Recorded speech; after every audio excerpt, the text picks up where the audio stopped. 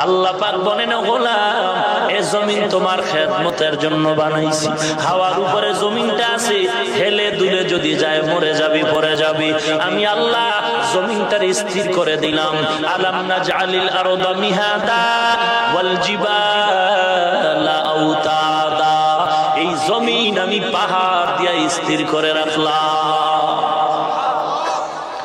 আল্লাযী জাআলা লাকুমুল আরদা ফিরাশা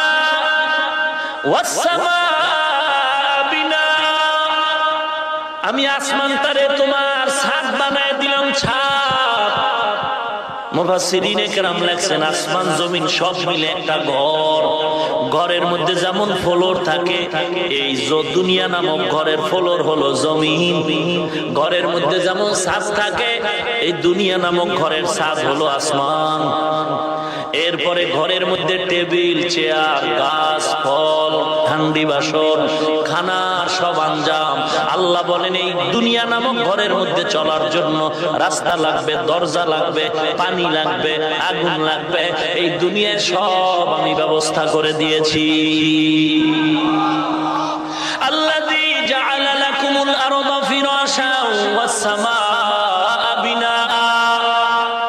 আসমানটারে আমি ছাদ বানায় দিয়েছি। তোর এই ঘরের মধ্যে আলোর প্রয়োজন, আমি আল্লাহ সূর্য বানায় দিনের আলোর ব্যবস্থা করেছি। রাতের আধার অন্ধকার দূরের জন্য চাঁদের আলোর ব্যবস্থা করেছি। কেমন কুদরতের মালিক, একটু চিন্তা করে দেখ। আমারে পছন্দ হয়নি, আরে তোর মালিক আল্লাহরে যদি পছন্দ হয় তাহলে সেই রবের ইবাদত করবি। কেমন দয়ার মালিক। ওই যে সূর্য আমরা দেখতে পাই, এটা চতুর্থ আসমানে সূর্য। কোন আসমানে? কথা বল না কেন?